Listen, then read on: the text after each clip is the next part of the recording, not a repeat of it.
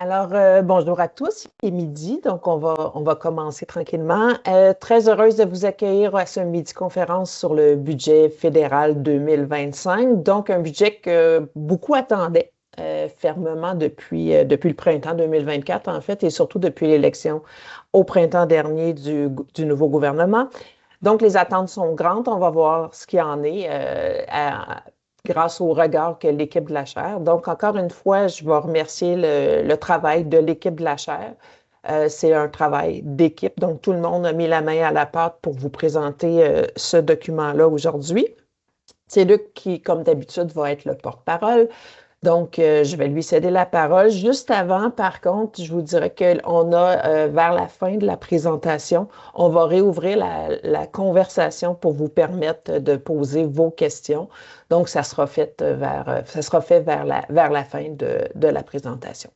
Donc, de ce pas, Luc, je te laisse aller de l'avant pour débuter cette présentation-là. Parfait. Merci beaucoup, Suzy. Alors, bonjour à tous. Bien content de vous retrouver aussi nombreux en ce lendemain de budget fédéral. Est-ce que ta caméra est ouverte? Excuse-moi, Luc. Ma caméra est ouverte. OK, oui. Bon, on te voit pas. Moi, je te vois pas. Mais c'est pas grave, on t'entend très bien. Oui, mais c'est quand même un peu désarçonnant. Oui, oui, tout à fait. Il y a des gens Je suis qui lèvent d'accord. le pouce comme quoi qui me voient, là, fait que ça prendrait une Bon, c'est deuxième ça, ça doit confirmation être de moi. quelqu'un de la chaire, s'il vous plaît. OK, c'est bon. Tout le monde te voit Parfait. sauf moi. Fait que c'est OK, parfait. C'est moi le c'est problème. beau. Alors, C'est correct. nous poursuivons. Les pouces en l'air. Merci beaucoup, tout le monde. Donc, aujourd'hui, dans le fond, ce qu'on va faire, c'est le portrait du budget présenté hier par le ministre. La question, c'est est-ce un budget générationnel avant de débuter, là? Donc, c'est sûr que le ministre avait élevé beaucoup les attentes en qualifiant lui-même son budget de générationnel. Après ça, il faut s'entendre sur qu'est-ce qu'un budget générationnel. Est-ce que c'est un budget qui est au profit des générations futures? Est-ce que c'est un budget qui arrive une fois toutes les générations? Je ne pense pas que ce budget-là rencontre ce qualificatif-là. Ça n'en fait pas un mauvais budget pour autant. Ça reste un budget qui est davantage ciblé vers l'investissement des entreprises, l'investissement du gouvernement, les infrastructures. Il faut aussi noter que, contrairement à d'autres budgets du passé qu'on pouvait qualifier de générationnels, là, les budgets de Paul Martin, lorsqu'il est arrivé au pouvoir, les libéraux en 1994, ça date quand même d'un certain bout. On pouvait le qualifier de cassure par rapport au budget précédent, donc d'assez générationnel. Mais dans ce cas-là, le ménage se faisait d'abord dans des coupures au transfert aux particuliers, des coupures au transfert vers les provinces. Dans ce cas-là, lorsqu'il y a du resserrement des dépenses dans le budget d'aujourd'hui, c'est davantage dans les dépenses directes du gouvernement fédéral et non pas vers les transferts aux particuliers ou aux sociétés. Vous voyez quand même qu'on a un contenu assez large. On va partir avec l'économie, l'état des finances publiques, l'évolution des finances publiques, justement l'examen des dépenses que le gouvernement fédéral a voulu faire, des mesures qui touchent la fiscalité des particuliers, qui touchent la fiscalité des sociétés, qui touchent l'environnement. Vous voyez, on ratisse quand même assez large, donc je vais partir de ce pas. Sur l'économie, quelques faits saillants sur l'économie. Bon, évidemment, la croissance, il y a croissance économique. Et la croissance est quand même assez modeste en 2025-26. Vous voyez, on parle de 1,2, 1,1 % de croissance. Par la suite, on retombe dans une cible plus habituelle de 2 % de croissance du PIB réel. Si on regarde par rapport à ce qu'on avait espéré ou prévu lorsque la mise à jour en décembre dernier a été faite, la mise à dernier document officiel du gouvernement fédéral, bien, vous voyez que pour les années 25 et 26, c'est quand même une cassure, donc une croissance quasiment moitié moindre, mais par la suite, ça ressemble quand même. C'est un petit peu plus modeste, mais on est plus dans les eaux habituelles. Si on regarde un scénario pessimiste, parce que dans le budget, ce qu'il faut comprendre, c'est que les prévisions de croissance du PIB réel sont faites à partir d'un ensemble de prévisionnistes des institutions financières. Le gouvernement a quand même tenté de faire un scénario qui serait plus pessimiste, donc une conjoncture économique moins favorable.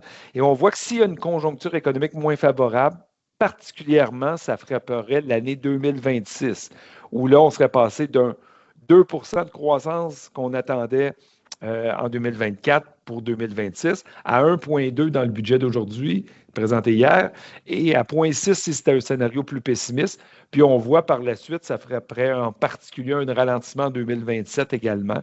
Mais on reste dans de la croissance, mais plus modeste. Et 28, 29, bien là, on serait de retour à la croissance habituelle. Si on va voir d'autres indicateurs économiques, par exemple l'inflation, là, on s'aperçoit que pour 2025, l'inflation est à 2,1 pour l'année en moyenne annuelle. Puis pour tous les autres années, on est à 2. Donc, l'enjeu d'une inflation élevée semble vraiment derrière nous. Et cette inflation-là est pleinement dans la fourchette de la cible de la Banque du Canada qui est entre 1 et 3. Donc, on peut dire que lorsqu'on est à 2, on est pleinement dans la cible. Donc, il n'y a pas d'enjeu de ce côté-là, malgré l'incertitude économique. Si on va voir du côté du taux de chômage, c'est vrai que le taux de chômage a augmenté en 2025 par rapport aux dernières années, mais vous constatez que malgré l'incertitude, 2026 va déjà montrer une amélioration du taux de chômage, petite, légère, mais néanmoins, et que par la suite, donc pour les 4 prochaines années, on s'attend à une diminution progressive du taux de chômage, passant de 7 attendu en 2025 jusqu'à 6 de taux de chômage attendu en 2029. Donc, pas de grande perturbation du marché du travail du côté du chômage. Cela dit, c'est un taux de chômage que ce que je viens de vous présenter, un taux de chômage canadien. Donc, si on regarde à l'intérieur du budget, là, nous avons pris une image qu'il y avait à l'intérieur du budget, la moyenne nationale peut cacher quand même, particulièrement dans des villes ontariennes, Windsor, Toronto, Oshawa, des taux de chômage beaucoup plus élevés que la moyenne. Et lorsque vous regardez en Alberta, à Calgary, Edmonton, on a également des taux plus élevés que la moyenne. On voit sous cet angle-là que Montréal, comme métropole, s'en tire plutôt bien par rapport à la moyenne canadienne. Bon, là, il n'y a pas de prévision de cette évolution-là dans le temps. C'est un portrait qui date de l'automne. Un autre élément aussi qu'on a observé, c'est une autre image extraite du budget, c'est au cours des 10 dernières années, la productivité a cru très faiblement au Canada. Donc, entre 2014 et 2023, on parle d'une croissance d'à peine 0,3 par année. Donc, habituellement, on s'imagine plus, on est plus autour d'une croissance de la productivité de 1 par année. Là, donc, on était à 1/3 de cette croissance-là pendant une période de 10 ans. Ce qui fait que nos écarts de productivité par rapport aux principaux pays du G7, bien, nos écarts se sont accrus considérablement. Et donc, vous voyez par rapport aux États-Unis, l'Allemagne, la France, on a une productivité eux ont une productivité par rapport à la nôtre qui est beaucoup plus forte. Seulement le Japon qui a une productivité moindre que la nôtre dans le G7. Donc, sur le plan de l'économie, ça se terminerait ici. Donc, on a essayé de faire un petit élément. On retient quoi? Bien, on retient une croissance économique attendue plus faible pour l'année en cours et l'année prochaine, mais sans dégradation marquée des autres indicateurs économiques. Puis, on constate qu'il y a quand même de l'incertitude qui est ambiante, puis ça demeure bien présent, là. Si on passe du côté des finances publiques, d'abord les soldes budgétaires. Encore une fois, on vous présente les soldes budgétaires tels qu'ils étaient escomptés en orange pour la mise à jour de décembre dernier et en rouge, plus foncé, les déficits prévus dans le budget d'hier. Le premier élément pour lequel je voudrais attirer votre attention, c'est que pour l'année qui s'est terminée au 31 mars dernier, bien, le déficit a été moindre que ce qu'on avait anticipé en décembre 2024. Donc, pour l'année terminée, ça a été mieux que prévu. Par contre, on voit bien que pour l'année en cours, bien, le déficit s'est beaucoup aggravé, donc parce que le gouvernement a pris des actions.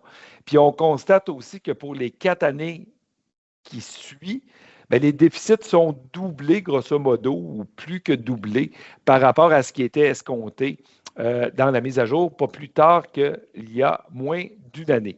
Donc, il y a vraiment une volonté du gouvernement fédéral d'intervenir plus. On va le qualifier, cette intervention-là, mais il y a vraiment volonté d'intervenir plus dans l'économie. Le gouvernement fédéral a fait un changement qu'il avait annoncé dans les dernières semaines de dire « je vais me créer une cible budgétaire de retrouver l'équilibre, mais en fonction des dépenses courantes, donc les dépenses de fonctionnement ». Et là, on voit qu'effectivement, le gouvernement a dit « je vais retrouver l'équilibre en 2028-29 ». Donc, on parle même d'un petit surplus des dépenses de fonctionnement en 2028-29. Cela dit, le ministre en a beaucoup parlé, retrouver l'équilibre, mais si vous regardez par rapport à l'année qui s'est terminée au 31 mars, le déficit des dépenses de fonctionnement n'était seulement de 4 milliards. Donc, ce n'est pas un gros ancrage budgétaire de vouloir retrouver l'équilibre lorsque l'année précédente, nous étions à 4 milliards de déficit de dépenses de fonctionnement. Ce qu'on observe, c'est que cette année, les dépenses de fonctionnement sont gonflées, notamment par des décisions gouvernementales. Il y a eu des réductions de la fiscalité, il y a eu des revenus fiscaux pour lesquels le gouvernement a fait le choix de se priver. Tout ça est venu aggraver le solde de dépenses de fonctionnement, mais par la suite, on voit que ça se résorbe donc assez facilement. Il faut rajouter à ça, puisque maintenant, il sépare les dépenses entre dépenses de fonctionnement et dépenses d'investissement. Il faut rajouter à ça les investissements que le gouvernement va faire. Et donc, le véritable solde budgétaire, c'est un déficit de 78 milliards cette année, comme je vous avais présenté, et comme on a parlé dans les quelques diapos avant. Mais vous voyez la séparation entre dépenses de fonctionnement et dépenses d'investissement. Donc, essentiellement, on va faire des déficits à la hauteur de près de 60 milliards de dollars, et c'est essentiellement causé par les investissements capital que le gouvernement a l'intention de faire ou a annoncé qu'il ferait dans le budget d'hier. Si on regarde justement les dépenses en investissement et si on les regarde dans le temps, en proportion du PIB, donc le budget d'hier a quand même eu la gentillesse de dire à méthodologie constante, si on regarde le nouveau cadre de budgétisation, quelles auraient été les dépenses d'investissement capital qu'on a pu mettre en proportion du PIB ici? Bien, vous voyez qu'aller jusqu'à la pandémie, ça tournait autour de 0,7 du PIB et qui était les investissements en capital. Et là, vous voyez que depuis le budget d'hier, donc il y a une volonté d'accroître les dépenses en capital en pourcentage du PIB. Donc, c'est ça, c'est le volume du déficit budgétaire en pourcentage du PIB qui est associé ici, dans ce cas-là, aux dépenses en capital. Je reviens ici, il y a un autre ancrage budgétaire que le gouvernement fédéral a annoncé, c'est qu'il souhaite que son déficit en proportion du PIB soit décroissant dans les années futures. Donc, on peut dire qu'il est décroissant, mais il reste quand même significatif. Et si, pour jeter un regard sur ça, on pourrait dire que l'ancienne ministre des Finances parlait quand même d'avoir un déficit pour l'année 26-27 ici, d'avoir un déficit qui aurait dû être à la hauteur de 1% du PIB. Donc, on a quand même un déficit 2 fois plus important que l'ancien ancrage de l'ancienne ministre des Finances. Et on voit que ça décroît, mais ça ne décroît pas à un rythme qui est si substantiel que ça. Si on regarde du côté des taux de croissance des revenus, donc on s'aperçoit que cette année, les revenus sont en décroissance et c'est un changement marqué par rapport à ce qu'on anticipait dans la mise à jour économique. Je vous rappelle, s'il y a cette décroissance-là, c'est notamment parce que le gouvernement, c'est pas parce que l'économie va si mal, c'est parce que le gouvernement a pris des décisions de réduire l'impôt des particuliers, a pris la décision d'abolir la taxe carbone, entre guillemets, payable par les consommateurs, d'abolir la taxe pour les services numériques qui devait rentrer en vigueur là, et qui devait amener passablement de recettes en 25 parce que c'était rétroactif sur 2 années là, et que ça a été annoncé là, juste à la fin juin qu'on n'irait pas de l'avant ou qu'on suspendait cet impôt-là. Là. Donc, tout ça, des décisions qui ont entraîné, dans le fond, une croissance négative des revenus pour l'année en cours. On constate également, puis il y a le renoncement au changement au gain en capital également qui est là. Et vous voyez que ça a des effets en termes de croissance. La croissance des revenus va être plus modeste, non seulement décroissante cette année, mais va être plus modeste que ce qui était escompté dans la mise à jour économique. On regarde du côté des revenus peut-être un peu plus individuels. Donc, si on regarde l'impôt sur le revenu des particuliers, c'est en croissance en milliards constamment.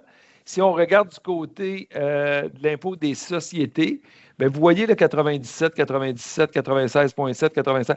Il y a, compte tenu des mesures qu'on met, il n'y a pratiquement pas de croissance de l'impôt des sociétés pour les années 24 à 2029. Ce n'est qu'en 29-30 où il y a une petite croissance, mais qui est comme ça, somme toute, assez modeste. Du côté des taxes d'assises, bien, considérant des droits, taxes et droits d'assises, bien, vous voyez encore une fois, là, c'est assez 77, 76, 76, c'est assez stable pour les 2-3 prochaines années. Et dans les autres revenus, considérant ce que j'ai déjà annoncé, dit qu'il y avait des taxes carbone, taxes services numériques qui étaient abolies, mais on observe pour l'année en cours une décroissance avant que ça reparte vers le haut. Si on va du côté des dépenses fédérales, puis on commence par les charges de programme, donc on constate dans le budget en milliards, mais on constate une augmentation quand même assez importante entre 2024 et 2025. Et là, on a une croissance de 7,2 %. Si je vous montrais ça en pourcentage ici, là, je vous dirais une croissance de 7,2 % des charges de programme. Mais vous constatez qu'après, la croissance est beaucoup plus modeste. 525, 528, 537. Et là, nous aurions, si on faisait la croissance pour les années 2025 à 2029-30, on serait davantage sur une croissance de 2 % par année des dépenses qu'on appelle de programme. Et si nous allons voir du côté des intérêts sur la dette, bien là, des intérêts sur la dette, encore une fois, on observe une bonne augmentation entre 2025-26 et 2024-25, où là, on a une augmentation, encore une fois, on a, à vrai dire, sur l'ensemble de la période, on observe une augmentation de 7,3 %. Donc, une croissance assez forte qui serait plus modeste la première année à 4,2 et serait de 8 % si ma comparaison de croissance s'était limitée à ces dernières années-là. Donc, on voit que le service de la dette a une croissance plus rapide que les dépenses de programme, a une croissance plus rapide que si je reculais dans les revenus gouvernementaux fédéraux, une croissance plus élevée que le PIB nominal ou la croissance économique. Donc, il faut quand même, je ne suis pas en train de dire que c'est alarmant, mais il faut quand même garder ça à l'esprit. Puis si on regarde les transferts aux particuliers, ici, ce qu'on peut voir, bien, si on commence avec le bleu pour les aînés, bien, compte tenu du vieillissement de la population, bien, les dépenses qu'on appelle prestations aux aînés passent de 80 à 104 milliards dans un horizon de 5 ans, 6 ans. Et quand on constate les transferts pour enfants, il y a également une croissance. Mais la croissance est quand même plus modeste. On parle d'une croissance des aînés de 5,4 % alors qu'on est à 3,2 % pour la croissance des allocations pour enfants. Et vous constatez que, à part puis je suis conscient que j'ai beaucoup barbouillé, mais si on regarde ici, il y a d'abord une croissance qui est élevée pour le chômage la première année, plus de 20 là, si on ne tient pas compte des gens qui ont dû rembourser là, des mesures COVID. Mais on constate pour les années suivantes, la croissance est quand même beaucoup plus modeste. Là, on passe de 31,9 à 30, à 31,3, à 32,6. Donc, pour l'assurance emploi, à part cette année par rapport à l'année passée, il y a pratiquement pas ou très peu de croissance des dépenses à ce titre-là. Si on va du côté des transferts vers les provinces, donc le principal, c'est les transferts pour la santé. Donc là, on voit une croissance. Là, je vous le montre en milliards, ici 52 milliards à 65. Mais si on regarde ça en termes de croissance annuelle, on est plus à 4,5 par année de croissance. Si nous allions pour les transferts pour les programmes sociaux, bien, vous voyez que les chiffres sont plus petits, 16,9 jusqu'à 19,6. C'est une croissance de 3 en moyenne par année que nous observons. Du côté de la péréquation qui reçoivent une majorité de provinces passe de 25 milliards à 30 milliards. On parle d'une croissance du poste péréquation de 3,7 Puis si nous allons voir les autres transferts, bien, si on va voir les autres transferts, ça augmente cette année par rapport à l'année passée, mais vous observez que pour les années suivantes, on va plutôt observer une diminution. Donc, on en recevrait moins en 2026, l'ensemble des provinces.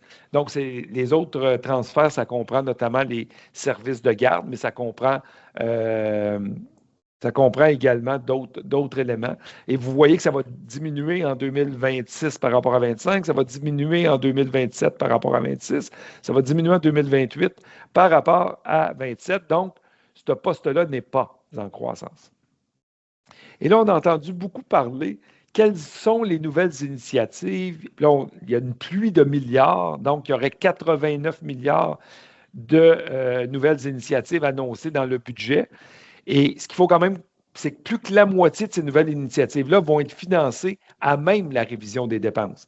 Donc, les nouvelles initiatives au net sont beaucoup plus modestes, mais néanmoins, il y a 89 milliards de nouvelles initiatives, mais une partie vient de rendre le gouvernement plus efficace ou efficient. Donc, ce n'est pas le coût, ne pas confondre le coût brut et le coût net de ces nouvelles initiatives-là. Ici, tantôt, je vous ai déjà dit, la croissance des intérêts sur la dette augmente plus vite que l'économie. Bien, on le voit, puis augmente plus vite que les revenus fiscaux. Bien, on le voit bien ici, alors que l'année passée, qui s'est terminée au 31 mars, le service de la dette représentait 10,5 cents par dollar de revenus fiscaux prélevés, et ça va passer à 13 en 2029-30. Puis là, on a montré un long historique pour vous montrer que oui, c'est beaucoup plus qu'au sortir de la pandémie, qui était à 5,6 cents. Là, on est passé à 10,5, puis on va aller à 13, mais c'est beaucoup moins que ce qu'on avait observé au début des années 2000, ou même ce que le graphique ne vous montre pas, mais ce qu'on aurait pu voir dans les années 90. Évidemment, si le service de la dette augmente plus rapidement que le PIB ou que les revenus fiscaux, c'est aussi parce que la dette augmente. Et donc, on a vu ici, il y a eu le choc pandémique. Par la suite, il y avait une tendance à la baisse de la dette en proportion de notre économie. Mais si vous regardez ici, là, entre les années,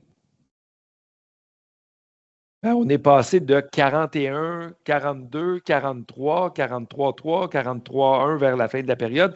Il y a quand même un poids de la dette en pourcentage de notre économie qui a une tendance haussière durant le cadre budgétaire présenté. Et contrairement à la ministre des Finances, Mme Freeland précédente, qui, elle, avait une cible budgétaire qui disait « Ma dette en proportion de l'économie doit décroître », le nouveau ministre ne s'est pas donné de cible budgétaire de décroissance de sa dette en proportion de l'économie dans le budget présenté hier. Donc, c'est un bon moment peut-être pour revenir sur les ancrages budgétaires. Qu'est-ce qu'il y avait dans les budgets présentés par Mme Freeland et qu'est-ce qu'il y a dans les budgets présentés par François-Philippe Champagne. Bien, en argent, en solde, Mme Freeland avait dit qu'en 23-24, elle ne voulait pas un déficit qui excède 40 milliards. Elle avait quand même été silencieuse sur les montants des années subséquentes, à part un ratio qui disait que le ratio doit être en décroissance en proportion du PIB et ne pas excéder 1% à partir de 2026-27, comme je vous avais dit. Donc, le ministre, lui, Champagne, parle plutôt de retrouver l'équilibre budgétaire des dépenses de fonctionnement 28-29. Il a un déficit qui doit diminuer en proportion de l'économie, mais il n'y a pas une cible de ne pas dépasser 1 à partir d'une année donnée. Et il n'y a pas de cible concernant la diminution du poids de la dette, alors que Mme Freeland avait une cible de diminution du poids de la dette sur une trajectoire descendante à partir de 2024-25. Donc, des ancrages, je pense qu'on doit les qualifier d'un peu plus faciles à atteindre du côté du ministre des Finances, Champagne. Donc, on retient quoi de l'état des finances publiques avant de passer aux prochaines sections? Bien, un déficit budgétaire important à 78 milliards ou 2,5 du PIB en 25-26. Des cibles budgétaires, comme je viens de le signaler, moins contraignantes. Un alourdissement de l'endettement, bien que ce ne soit pas catastrophique, mais il y a un poids de la dette en proportion du PIB qui est croissant pour le cadre budgétaire actuel. Et il y a quand même, à travers ça, des gestes qui ont été faits pour accroître les investissements et les infrastructures. Donc, ça reflète une volonté exprimée par le gouvernement depuis l'élection. Donc, le budget est cohérent avec les volontés exprimées par le nouveau gouvernement suite à l'élection de 2025. On doit quand même peut-être revenir un peu sur l'examen des dépenses. De quelle nature l'examen, de quelle manière l'examen se fait et il concerne quelles dépenses? Donc, d'abord, ça a été annoncé au cours de l'été dernier qu'il y aurait un examen des dépenses, donc au cours de l'été. L'objectif est de réduire donc les dépenses de fonctionnement. On parlait à l'époque de 15% des dépenses de fonctionnement d'ici 2025, 28-29. Donc, il faut bien comprendre que le 2/3 des dépenses fédérales ne sont pas visées par l'examen. Donc, on ne visait pas à diminuer les transferts aux provinces, on ne visait pas à diminuer les principaux transferts aux particuliers. Les crédits d'impôt, les mesures liées par la fiscalité ne sont pas dans la révision des dépenses. Donc, on n'a pas fait un ménage dans les mesures fiscales. Ceux qui regardent souvent nos webinaires ont pu constater que dans la dernière année au Québec, dans les 24 derniers mois, le gouvernement fédéral à Québec avait annoncé une volonté de faire une révision des dépenses fiscales. Ça n'a pas lieu du côté fédéral. Et néanmoins, une fois qu'on a dit ça, les dépenses, les charges de programmes directs du gouvernement fédéral qui ont cru au cours des années 2014 à 2024 de 8 par année, aurait une croissance de 0,5 par année pour les 4 prochaines années. C'est ces dépenses-là qu'on veut diminuer en termes d'importance relative, essentiellement. Donc, le gouvernement fédéral fait le ménage dans ses propres dépenses et ne pèle pas le ménage soit dans la poche des contribuables ou soit dans la poche ou le budget des provinces à cet égard-là. Quand on parlait d'une réduction effective de 15 c'est vrai, mais il y a des ministères qui ont des coupures, mais en même temps qui ont des nouveaux programmes. Donc, ce n'est pas dit que tous les ministères voient leurs dépenses, tous les ministères fédéraux voient leurs dépenses coupées de 15 Et il y a des dépenses qui ne sont pas visées dans le 15 il y a des champs, la sécurité, organismes subventionnaires de recherche, le volet femmes, égalité des genres, c'est pas touché dans la réduction de 15 Services aux Autochtones, relations couronne autochtone, ce n'est pas visé non plus par la réduction de 15 Donc, et les réductions se font vraiment dans des dépenses qui proviennent essentiellement de l'administration. Je poursuis ces mêmes temps-là. Je sais qu'il y a quand même passablement de gens qui s'intéressent à la fiscalité qui nous suivent. Donc, je vais aller voir un peu les mesures qui constitueraient les faits saillants du côté des particuliers. Pour commencer, on verra les sociétés par la suite. Donc, je le sais qu'il n'y a pas de changement concernant le gain en capital, qu'on en a suffisamment parlé pour dire qu'il y a eu hausse du taux d'inclusion, ambiguïté, renoncement, etc. Mais l'élément sur lequel je voulais attirer votre attention, c'est que dans le détour d'un petit tableau caché dans un document, on est venu dire, ben, quand on parlait d'hausser le taux du gain en capital, on avait dit aussi qu'on voulait augmenter l'exonération cumulative sur le gain en capital. Donc, ça, on ne s'est pas remis en cause. Mais on était venu dire qu'on nous étions pour mettre un incitatif aux entrepreneurs canadiens. Bien, comme il n'y a pas eu de hausse du taux d'inclusion, bien, le gouvernement, dans le détour d'un budget, a dit bien, on ne mettra pas en place l'incitatif aux entrepreneurs canadiens. Donc, ça, c'est officiel depuis hier. Il y avait beaucoup d'ambiguïté chez les fiscalistes en disant est-ce que ça aurait lieu ou non, mais la réponse là, c'est le silence, c'est qu'il n'y en aurait pas. On revient aussi sur l'élimination de la tarification carbone. Là. Donc, on peut la dire entre guillemets, là, parce que c'était plus une redevance sur les combustibles. On le sait déjà que ça a été supprimé, donc je n'en ferai pas un grand cas. Ça ne s'appliquait pas au Québec parce que le Québec a déjà son propre système de plafonnement des échanges et des droits d'émission. On sait que normalement, c'est un remboursement à même les recettes collectées, mais que le dernier versement en avril a été fait sans avoir d'abord collecté les recettes. Donc, il faut quand même le souligner, mais ça, c'est derrière nous. Un autre élément qui a déjà été annoncé, bien, c'est la baisse d'impôt du 1er juillet dernier. Donc là, c'est sûr que ça a déjà été fait. Si ça n'avait pas été fait, on l'aurait annoncé probablement hier. On dit que le taux passe de 15 à 14 %, mais comme ça commence le 1er juillet, bien, pour l'année 2025, ça va être 14,5 le taux le plus bas du barème. Et pour les années suivantes, ça va être de 14 %. Donc, je poursuis en lien avec ça parce que c'est quand même des rares cas, mais quand on baisse le premier taux du barème, généralement, on ajuste à la baisse dans la même proportion le taux des principaux crédits. Donc, si le taux du barème passe de 15 à 14, bien, le taux des crédits va s'en aller de 15 à 14 également. Il peut subvenir des situations où les gens ont davantage de crédits que le volume de la première tranche d'imposition. Et donc, ils ont plus de crédits que la première tranche. Donc, la première tranche, c'est 57 000. Ça voudrait dire quand même beaucoup de crédits. Et là, ça voudrait dire qu'ils paieraient plus d'impôts suite à la baisse d'impôts parce qu'ils seraient plus pénalisés par la baisse du taux pour les crédits que l'économie d'impôts qu'ils auraient générée. Et ça n'était jamais arrivé dans le passé, mais l'Alberta a mis un crédit compensatoire dans ce cas-là en 2025 suite à une baisse de taux comme ça. Puis le gouvernement fédéral a dit, bien, on va faire la même chose, donc un crédit temporaire pour les années 2025 à 2030 pour les cas où les valeurs des crédits d'impôt réclamés excéderaient la tranche d'imposition totale. Et donc, vous voyez, c'est quand même assez modeste. On parle de 70 millions sur 5 ans, mais on veut s'assurer qu'il n'y ait pas de perdants découlant d'une baisse d'impôt. C'est assez niché, là. Un nouvel élément c'est un nouveau crédit d'impôt remboursable pour les préposés aux soins, donc ce qu'on appelle généralement les préposés aux bénéficiaires. Pour bien comprendre cette mesure-là, il faut aller réouvrir le budget 2023 pour comprendre qu'à l'époque, le gouvernement fédéral avait dit aux provinces, il faudrait qu'on s'entende, puis je vais payer une partie des augmentations de salaire des préposés aux soins.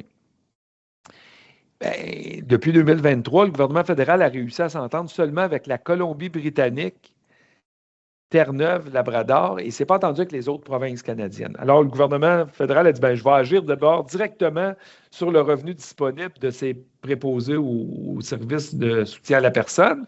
Et donc, je vais leur donner un crédit d'impôt qui équivaut à 5 % de leur revenu d'emploi jusqu'à un plafond annuel de 1 100 $. Je vous rappelle que c'est un crédit qui est remboursable, qui a la même valeur en Ontario qu'au Québec. Donc, ce crédit-là arrive après l'abattement de l'impôt fédéral. Et donc, les personnes préposées aux soins, donc il y a des critères d'admissibilité en termes de qu'est-ce qu'on fait comme nature de travail, dans quel établissement on travaille. L'employeur devra donner une attestation de revenus admissible et c'est un crédit temporaire pour les années 2026 à 2030, mais essentiellement, quelqu'un qui travaille à temps plein va avoir un crédit d'impôt remboursable du gouvernement fédéral de 1 100 $. Donc, ça coûte quand même 1,25 milliard. Donc, ce n'est pas une nouvelle initiative du gouvernement, c'est plutôt respecter une entente ou une annonce qui avait été faite par le précédent gouvernement et vouloir tourner la page là-dessus. Je m'en vais du côté des déclarations automatiques où on veut automatiser un peu la volonté des prestations pour les moins nantis. Donc, ce qu'on comprend, c'est que normalement, dans le système d'imposition canadien et québécois, on est dans un principe d'autodéclaration. Donc, si vous autodéclarez pas si vous ne faites pas votre déclaration, ben, vous n'aurez pas droit aux prestations auxquelles vous avez droit parce que vous n'avez pas produit votre déclaration. Et là, le gouvernement vient de dire, oui, mais il y a des gens à faible revenu qui n'ont peut-être pas une bonne capacité de produire leur déclaration d'impôt. Donc, en autant que leur revenu soit inférieur au montant personnel de base sur lequel on peut ajouter le montant pour âge et le montant pour personnes handicapées, quand ça ne dépasse pas tout ça, que ce soit celui du fédéral ou celui des provinces dans lequel il y a un accord de perception fiscale, bien, on donne le mandat à l'Agence de Revenu Canada d'avoir la discrétion de pouvoir, mais on l'incite à produire elle-même les déclarations de revenus en autant que il y a des conditions à respecter. La personne ne doit pas avoir produit pour une des 3 dernières années, ne pas avoir produit dans l'année en cours à 90 jours après la date limite, etc. Et lorsqu'on respecte tous les critères, bien, le fédéral produit, l'ARC produirait votre déclaration, vous la soumettrez, vous pourriez la modifier ou la contester. Puis vous pouvez décider de vous retirer de ça et dire, moi, je vais faire moi-même mes déclarations. Mais normalement, c'est un aide pour les gens à faible revenu. Ça débute dès l'année 2025 et ça devrait, puis on est surpris, mais ça devrait toucher, à partir de 2028, quelque chose comme 5,5 millions de personnes par année au fédéral, cette production-là de déclaration. Et ça a un coût. Mais un coût, c'est d'offrir aux gens eux-mêmes d'avoir droit aux prestations auxquelles ils ont droit, mais administrativement, il y a un coût d'administration également. Donc, c'est ça dont je voulais vous parler en termes de déclaration de revenus automatiques. C'est un peu dans l'air du temps. Le gouvernement fédéral, il va quand même de manière un peu progressive. Qu'est-ce qu'il y a d'autre comme mesure aux particuliers? On sait qu'il y a une prestation canadienne pour personnes handicapées qui techniquement doit voir le jour depuis juillet dernier. Les versements n'ont pas encore eu lieu. On sait que pour avoir droit à la prestation canadienne pour personnes handicapées, ben, il faut avoir droit faut avoir un certificat pour être admissible au crédit d'impôt pour personnes handicapées. Il y a souvent des frais quand on veut obtenir notre certificat pour personnes handicapées. Et donc, le gouvernement nous envoie un paiement unique supplémentaire de 150 $ pour obtenir notre certificat de personnes handicapées. Et donc, c'est un versement qui est unique. Vous voyez quand même ici les changements que cela va apporter. Il y a un petit changement également du côté du crédit d'impôt pour l'accessibilité domiciliaire. Il y avait comme un certain paradoxe. Il y avait des mêmes dépenses qui pouvaient être demandées dans le crédit pour frais médicaux et dans le crédit pour accessibilité domiciliaire. Donc, une même dépense pouvait servir à 2 crédits d'impôt. Mais là, ils viennent vraiment préciser qu'à partir de l'année prochaine, bien, si vous l'avez demandé à titre de frais médicaux, vous ne pourrez pas le redemander une deuxième fois une dépense. Les dépenses sont beaucoup plus larges pour l'accessibilité domiciliaire, mais les dépenses qui vont avoir fait l'objet du crédit d'impôt pour frais médicaux ne pourront pas être redemandées une deuxième fois. Ça compléterait ce qu'on voulait parler du côté des faits saillants pour les mesures des particuliers. On irait maintenant aux mesures qui touchent les sociétés. Pour l'essentiel, la grosse annonce, c'était de la mise en place de la super déduction à la productivité. Donc, on rétablit rétablissement de l'annonce qui avait été faite dans la mise à jour économique de 2024, mais qui n'avait pas été adoptée. Donc, on se rappelle, mise à jour de 2024, démission du premier ministre Trudeau, Parlement prorogé, élection, mais le gouvernement, depuis qu'il est élu, n'avait jamais mis en place cette mesure-là qui était dans la mise à jour économique. Donc, déduction pour amortissement bonifié la première année. Donc, dans le fond, c'était les réponses de la mise à jour 2024 à l'arrivée ou du retour de Trump au pouvoir. Et on prenait des mesures qui avaient été mises en place lorsque Trump, est arrivé au pouvoir. Donc, amortissement accéléré, passation en charge immédiate de certaines catégories d'amortissement jusque-là, des catégories comme vous pouvez voir, 53, 43.1, etc. Et ces mesures-là devaient être éliminées progressivement de 2024-27. On les prolonge, vous voyez, on les prolonge jusqu'en 2029 avec un phasing out progressif en 2030, à partir de 2030, et ça se poursuit. Et donc, ça, c'est ce qui était déjà là, mais vous voyez que ça a un coût quand même significatif. Et là, on vient confirmer que ça aurait bel et bien lieu. On vient ajouter à cela, toujours dans le cadre de la superdéduction et de la productivité. Donc, dans la diapo précédente, on avait la passation en charge immédiate de tout l'équipement servant à la fabrication et à la transformation. Là, on vient ajouter non pas l'équipement, mais le bâtiment lui-même. Si vous construisez un nouveau bâtiment, un agrandissement de votre bâtiment, au lieu de l'amortir au rythme de 4 ou de 10 par année, là, vous allez pouvoir le passer en charge immédiate pour tout bâtiment mis en service là, après le jour du dépôt du budget. Donc, c'est quand même bâtiment acquis après le jour du dépôt du budget. Il y a aussi de l'amortissement accéléré pour les installations de gaz naturel à faible émission de carbone. Donc, en autant que le bien soit acquis après la date du budget et avant 2035. Donc, il y a de l'amortissement accéléré aussi qu'on a annoncé hier. Tout ça nous amène à dire, je prends encore une extraction du budget. Donc, il n'y a pas de baisse de taux généralisée pour les sociétés. Donc, une entreprise qui ne fait pas d'investissement et qui fait X dollars de profit va payer le même impôt avant et après le budget. Mais pour une entreprise qui investit sur le bénéfice qui va découler de son nouvel investissement, l'impôt est quand même fortement diminué. Et le gouvernement, donc là, nous, on n'a pas revalidé les chiffres, mais sur sur le bénéfice qui découle d'un nouvel investissement, le gouvernement canadien dit donc, même fédéral, provincial ensemble, là, nous aurions un taux, suite à la mise en place des annonces d'hier, plus faible qu'aux États-Unis, même en tenant compte du Big Beautiful Bill du gouvernement fédéral américain. Et donc, c'est quand même intéressant de considérer ça. On aurait un taux également plus faible que l'OCDE, excluant le Canada, plus faible que les pays du G7, plus faible qu'une série de pays, comme vous pouvez le constater, sur l'investissement et le bénéfice qui en découlerait. Donc, on n'enlève pas l'incertitude politique, économique ambiant, mais on diminue ou on accroît on accroît la rentabilité financière de faire un nouveau projet d'investissement au Canada. Je m'en vais ici du côté du crédit pour la recherche et développement. Encore une fois, il y avait eu quelque chose dans la mise à jour économique 2024. Donc, on élargissait la durée pour bénéficier du taux remboursable de 35 de 3 milliards, d'un plafond de 3 millions par année à 4,5 millions.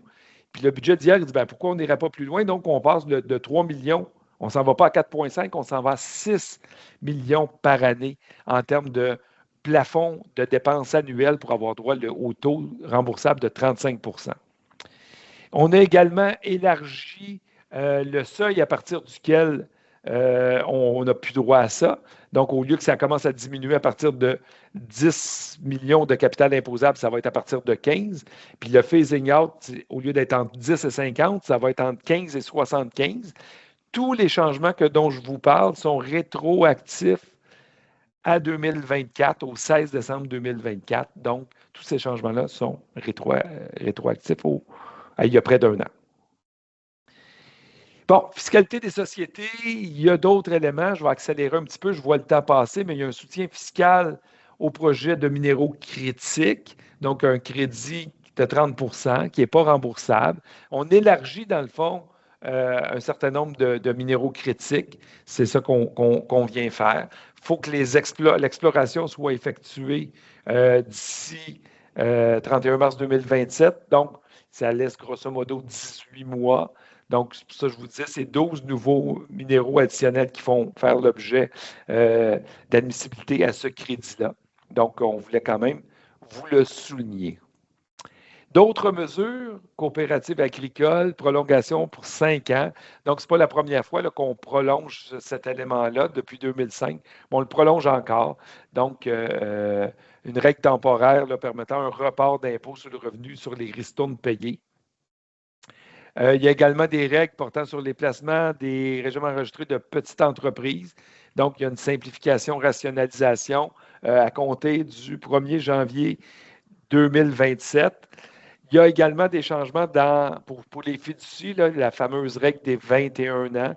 Bon, bien, cette règle-là des 21 ans, on en avait pour ceux qui ont assisté au budget, pas au budget, mais au dernier colloque de la PFF là, en octobre dernier, c'était déjà abordé. Bien là, le gouvernement est venu faire des annonces dans son budget pour dire que si on transfère d'une fiducie à une autre fiducie, puis que c'est dans l'objectif de repousser de manière indirecte la règle des 21 ans, là, il y a des trucs qui ne seront pas, permis. Et ça prend applicable au transfert à compter d'aujourd'hui. Du côté de l'administration fiscale, bien, il y a également là, des éléments là, pour réformer l'administration ou faciliter l'administration du crédit recherche et développement.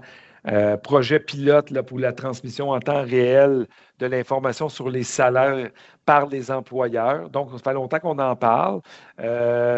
Mais vous savez, quand est arrivé la pandémie en 2020, on était bien embêtés pour essayer de savoir qui est admissible à la PCU. Dans le fond, lorsqu'on cherche à se prémunir contre ce genre de risque, et donc avec un projet pilote où si la transmission se fait en temps réel, bien, s'il arrive une autre pandémie, bien, on va voir en temps réel quelle était la situation des salariés immédiatement avant le moment. C'est un peu l'idée là, de ces éléments-là. Bon, je passe également sur le point suivant. Je vais regarder les mesures budgétaires qui touchent l'environnement. Donc, je dis mesures budgétaires, mais ça comprend les mesures fiscales également. Là. Donc, crédit d'impôt à l'investissement. Il y a une série de crédits d'impôt remboursables qui ont vu le jour depuis 2020, T1.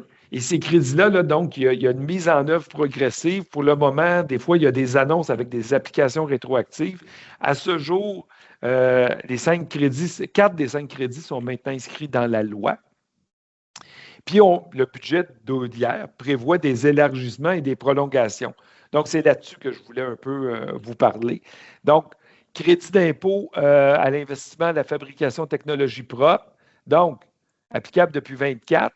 Mais ce qu'on vient faire, on vient élargir l'application à certains minéraux critiques, élargissement de l'admissibilité des équipements utilisés. Donc, puis là, on se retrouve aussi depuis janvier 24. Donc, c'est des changements qui sont faits. On voit quand même que c'est un crédit dont les sommes sont assez modestes comme élargissement. Là. Ça ne veut pas dire que le crédit n'est pas important, mais ça veut dire que les élargissements sont quand même assez modestes. Si on va au crédit d'impôt pour les technologies propres, donc, crédit qui est le taux est applicable depuis le 28 mars 2023. Il y a des éléments rétroactifs, là, donc on modifie les critères d'admissibilité pour les petits projets nucléaires. On élargit l'admissibilité pour les systèmes qui produisent de l'énergie ou de la chaleur par les déchets de biomasse. Donc, ça, c'est rétroactif à une autre date qui n'est pas le 28 mars, mais qui est le 21 novembre. Puis, si on s'en va du côté du crédit d'impôt à l'investissement pour l'hydrogène propre, bien, le crédit remboursable est applicable depuis 2023, mais il y a un élargissement des critères d'admissibilité. Et là, l'élargissement des critères d'admissibilité, c'est depuis le 16 décembre 2024. Donc, plusieurs éléments rétroactifs, mais avec des dates qui peuvent varier d'un crédit à l'autre, vous l'aurez bien compris. Donc, je m'en vais sur l'électricité propre. Encore une fois, des élargissements qui sont faits. Et dans ce cas-là, à compter du 16 décembre 2024, encore une nouvelle date. pour le crédit d'impôt pour l'investissement, pour le captage, l'utilisation du stockage du carbone. Il existe depuis janvier 2022. On le prolonge dans ce cas-là de 5 ans. Et donc, la réduction va se faire à partir de 2030. Il va y avoir des taux, finalement, le crédit existe jusqu'en 2040, mais le plein taux va être admissible jusqu'en 2035. Par la suite, il va y avoir des taux réduits, donc un phasing out des taux juste, mais tout ça est bien loin, à partir de 2036, donc dans plus de 10 ans. Qu'est-ce qu'il y a d'autre comme mesures fiscales? Donc, il y a des mesures qui avaient déjà été annoncées. Donc, TPS sur l'habitation neuve, donc je passe, là, mais c'est en vigueur là, depuis le 27 mai dernier. Là, donc, ça a été annoncé. Mesure également là, qui est temporaire. Là, ce qui est nouveau, par contre, il y a l'abolition de la taxe sur les logements vacants. Donc, les logements sous-utilisés, comme on les appelle. Là. La taxe est éliminée pour 2025 et suivante, donc pas de déclaration à produire pour 2025. Et c'est important de le comprendre. Donc, justifié par des coûts de conformité élevés, des frais administratifs pour le gouvernement quand même assez élevés par rapport à ce que ça rapportait comme taxe. Et abolition partielle de la taxe de luxe, elle s'applique, cette abolition, pour les aéronefs et les bateaux. Donc, mais elle ne s'applique pas sur les véhicules de luxe. Donc, la taxe de luxe comprenait 3 choses essentiellement, là. Aéronefs, bateaux, véhicules de luxe. Elle continue de s'appliquer sur les véhicules de luxe, mais plus sur les aéronefs et navires. Et ça, c'est quand même important de le comprendre. À partir de quand? À partir d'aujourd'hui. Et donc, il y avait quand même une certaine pression de certains producteurs d'aéronefs québécois. Et donc, il semble avoir été entendu en disant que ça crée des distorsions dans le marché, dans l'économie. Et donc, c'est ce que nous observons à partir donc d'aujourd'hui. Plus de taxes de luxe sur aéronefs et navires. Touchant à la fiscalité internationale, donc, encore une fois, d'abord une mesure déjà annoncée, la taxe sur les services numériques a été annoncée qui en aurait son abrogation à partir du 29 juin 2025. Donc, le paiement devait être rétroactif depuis 2022, mais il devait être payable en 2025, ce qui n'aura jamais lieu, ce qui explique d'ailleurs pourquoi les revenus diminuent en 2025. Par contre, il y a une série d'autres éléments qui sont plus techniques qui ont été annoncés hier. Donc, l'impôt minimum mondial, une volonté d'équité fiscale, qui est donc des changements qui ont été annoncés hier. Les prix de transfert, donc je vous laisse les lire. Bien, il y a une série de propositions techniques concernant la réforme des règles ou des principes de l'OCDE concernant les prix de transfert. Donc, on vient rendre plus cohérents les principes de l'OCDE en matière de prix de transfert. Je vous laisse les lire, mais vous comprenez que ça va rapporter un demi-milliard sur 5 ans, 100 millions par année au gouvernement fédéral en termes de mise en place de nouvelles règles plus cohérentes autour des principes de l'OCDE. Toujours du côté de la fiscalité internationale, revenus étrangers accumulés tirés de biens. Bien là, il y a une nouveauté concernant les actifs et l'assurance. Donc, il y a des changements qui ont été faits de ce côté-là. Il y a des changements du côté des dispositions hybrides. Donc, là, il y avait déjà eu des annonces qui avaient été faites. Bien là, le budget réitère qu'il y a une deuxième tranche là, qui va arriver dans les dispositions hybrides. Il y a du côté de la déclaration des crypto-actifs, il y avait des éléments qui avaient déjà été annoncés, proposition législative du mois d'août dernier. Là, on vient dire là, une date d'application différée, on réitère la volonté de mettre en place un cadre de déclaration des crypto-monnaies. C'est un peu l'objectif derrière ça, là. Donc, je ne veux pas rentrer trop dans les détails, mais il y a ce type de changement-là qu'on a pu observer. Concernant diverses mesures, et là, on approche du côté des mesures budgétaires, là, on approche de la fin, mais il y a le fonds d'infrastructure locale. Donc, on veut aider dans l'investissement des infrastructures, routes, ports, ponts, aqueducs, transports en commun. Et ça va jusqu'à la construction d'hôpitaux, etc. Donc, un fonds d'infrastructure local, mais proposées par le gouvernement fédéral. Il y a quand même 115 milliards de prévus en investissements fédéraux là-dedans pour les 5 prochaines années. Il y a un volet provincial et territorial. Dans ce cas-là, c'est sur un certain nombre d'années. Il faut bien comprendre qu'il va y avoir une certaine forme de conditionnalité. Il va falloir que les provinces injectent également de l'argent pour avoir droit à leur quote-part. Donc, c'est un peu là, des conditions d'accès au fonds, réaliser des investissements égaux à ceux du gouvernement fédéral, réduire les redevances d'aménagement, ne pas prélever d'autres droits, etc. Là, je vois que la discussion, la conversation est maintenant ouverte, donc je vois plusieurs passer. J'ai hâte de répondre à vos questions ou de lire vos commentaires. On arrive vraiment à la fin, là. Nous arrivons, dans le fond, il y a d'autres mesures budgétaires, stratégies d'attraction de talents internationaux, notamment par des bourses d'organismes subventionnaires, financement bonifié de la GRC par l'embauche de 1000 agents. Là, donc, on parle de mieux surveiller notamment les frontières. On en a déjà entendu passablement parler dans la dernière année. Rehaussement des dépenses militaires, donc on parle d'un coût de 58 milliards sur 5 ans. On veut une importance relative plus élevée par rapport à les dépenses militaires en proportion du PIB, donc beaucoup plus élevé que ce qu'on a réellement observé en 2024, mais ce qu'on projetait pour 2025, et là, donc, des rehaussements significatifs qu'on peut observer.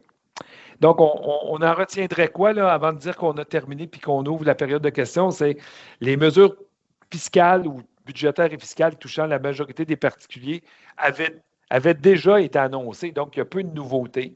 Puis en ce qui concerne les sociétés, bien, les mesures qui ont été annoncées dans le budget d'hier, qu'ils soient fiscales ou budgétaires, visent davantage l'amélioration de la productivité. Et donc, pour plus de détails, je vous invite à consulter le budget. Vous pouvez consulter directement le budget et le décortiquer ensemble si vous le souhaitez, ou aller voir là, la présentation que je viens de vous faire. Elle est disponible sur le site de la Chaire. Donc, vous avez quand même beaucoup d'éléments qui vous aident à faire votre propre idée sur la pertinence du budget qui a été présenté hier. Sur ça, Suzy, je te laisserai donc débuter la période de questions. Alors, allons-y. Mais bravo, Luc, tu as tout résumé ça quand même. C'était costaud quand même. Première question. Comment les revenus sont-ils répartis entre les déficits de fonctionnement et d'investissement? Là, on est plus dans une question technique, j'imagine. De quelle façon les choix ont été faits? Peut-être que c'est à ce niveau-là. C'est assez intéressant parce que puis là, on pourrait chamailler un peu avec le ministre des Finances. Il sépare ses dépenses entre dépenses de fonctionnement, dépenses de capital, mais dans ses revenus, il y a aussi des dépenses, il y a aussi des revenus courants, des revenus qui découlent de son capital, mais tous les revenus, ils aiment ensemble en diminution des dépenses de fonctionnement. S'il avait séparé ses revenus en revenus courants et revenus de capital, bien, on aurait un déficit moindre du côté des dépenses de capital, puis on aurait un déficit toujours présent en 2029 du côté des dépenses de fonctionnement parce qu'il y aurait eu moins de revenus pour effacer ce déficit-là. Merci, Luc. Prochaine question. Lors de la campagne électorale, la plateforme du Parti libéral prévoyait des revenus provenant de droits de douane imposés sur les importations. Le budget prévoit-il, lui aussi, la perception de tels droits de douane? On doit être en partie dans les contre-mesures qui avaient été mises en application. Les contre-mesures ont été beaucoup enlevées. Là, oui, exact. Donc, c'est plus ça. Là. Donc, on était parti en élection en disant on va avoir beaucoup de contre-mesures et les contre-mesures, dans le but d'en arriver à une entente avec notre partenaire américain, les contre-mesures se dégonflent passablement. Là. Donc, ça ne rapporte pas les sommes escomptées initialement, clairement. Mais il y en a qui sont quand même dans le budget, mais pour la première année, là, uniquement. Oui, en partie, exactement. Oui, c'est ça. Pour l'année en cours. Là, donc, oui. Concernant, juste un instant, je me mets dans mes... il y a plusieurs questions, il faut que je me remonte. Concernant le crédit d'impôt à l'investissement pour augmenter la productivité des entreprises, de quelle manière le gouvernement peut-il s'assurer que le profit sur lequel le crédit d'impôt est appliqué provient du dit investissement? Ah, il n'y a pas de lien. On fait juste dire que l'admissibilité au crédit est faite lorsque vous faites des investissements. Après ça, la valeur du crédit, vous pouvez la passer contre l'ensemble en Des réduction profits. de votre impôt sur les profits, peu importe la provenance de l'impôt sur les profits, là. Merci. Comme le budget ne fait pas mention du taux de gain en capital, est-ce que ceci signifie que le taux d'inclusion du gain en capital sera de 66,67 à partir du 1er janvier Non, non, non, non, non, non. 2026? Je Non, veux non, non. rassurer les gens. Le budget n'en fait pas mention tout simplement parce que le premier ministre Carney, qui est devenu le premier ministre qui est Carney avant le déclenchement des élections, après la course à la chefferie du Parti libéral, mais avant le déclenchement des élections, avait quand même clairement indiqué qu'il n'irait pas de l'avant avec ça. Il l'a reprononcé également une fois les élections faites, qu'il n'irait pas de l'avant et le taux d'inclusion reste à 50 jusqu'à temps que quelqu'un d'autre veuille le faire bouger à la hausse ou à la baisse, là. Et ce que j'ai dit par contre tout à l'heure, c'est que comme le taux d'inclusion ne bougera pas, il n'y aura plus d'incitatif à l'entrepreneur canadien tel que ça avait été proposé en même temps qu'on voulait mettre en place un taux d'inclusion plus élevé. Merci. Est-ce qu'on sait si le Québec réfléchit aussi à la préparation automatique de déclaration fiscale? J'oserais pas m'aventurer là-dedans. C'est sûr que je ne crois pas que je ne crois pas que le Québec soit contre, mais on comprend l'idée, là. Donc, si le fédéral le fait pour un certain nombre de contribuables, sûrement il va y avoir des représentations pour que le gouvernement du Québec le fasse également, à l'égard notamment des crédits pour les moins nantis, donc dans la même logique, là. Merci. Là, il y a plusieurs questions techniques. Peut-être en prendre une dernière. Il est quand même rendu 13 heures. Donc, la mesure annonçant la modification du fonctionnement des dividendes intersociétés lorsqu'ils n'ont pas les mêmes fins d'année. Quelles sociétés seront visées exactement et de quelle façon cela fonctionnera-t-il exactement? Voilà, on est Je pas peux mal pas, technique, là, je hein, peux ça, pas rentrer dans cette réponse technique-là, c'est ça. mais vous aurez compris qu'on ne veut pas, si vous versez un dividende intersociété à quelqu'un, à une autre entreprise qui a une fin d'année plus tardive que la vôtre, vous pourriez toujours reporter le paiement de l'impôt. Et donc, ce qui a été fait, c'est de dire qu'il faut que la date de l'entreprise qui reçoit le dividende intersociété, il faut que la date soit plus tôt ou en même temps que la société émettrice. C'est ça l'objectif. Il y a quand même des exceptions dans le cadre où il y aurait eu une acquisition d'entreprise, là, et que là, les fins d'année ne seraient pas les mêmes parce qu'il y aurait eu un changement dans la détention de l'entreprise. Mais sinon, là, c'est à l'intérieur d'un groupe, il n'y a pas de changement. Il faut que les fins d'année soient les mêmes pour que les dividendes interco puissent continuer là, de bénéficier là, de la dite mesure, là. Merci. Je pense qu'on pourrait continuer longtemps. On va s'arrêter ici. Donc, on va dire merci à tout le monde. Luc, tu peux peut-être juste changer la diapo, juste 30 Oui. secondes, dire qu'on a une prochaine activité la semaine prochaine, donc une conférence sur d'autres choses, sur le dévoilement de la 4e édition des indicateurs de bien-être du G15, donc une série d'indicateurs pour aller au-delà du seul indicateur du PIB. Donc, Luc va animer ce midi-conférence-là. Donc, encore une fois, merci à toute l'équipe. Merci à vous tous d'avoir été présents aujourd'hui. On est content de faire ça pour vous. Puis, je remercie en effet encore une fois l'équipe de la chaire. Luc, un dernier mot? Bien, merci à tout le monde. Ça va nous faire plaisir de vous revoir soit le 11 novembre, aussitôt que le 11 novembre prochain pour l'édition de la 4e édition des indicateurs de bien-être. Mais sinon, avec les collègues de la chaire, il y aura assurément des prochaines midi-conférences, notamment la mise à jour économique du gouvernement du Québec qui pourrait contenir certains éléments de fiscalité également. Alors, bonjour à tout le monde et à bientôt.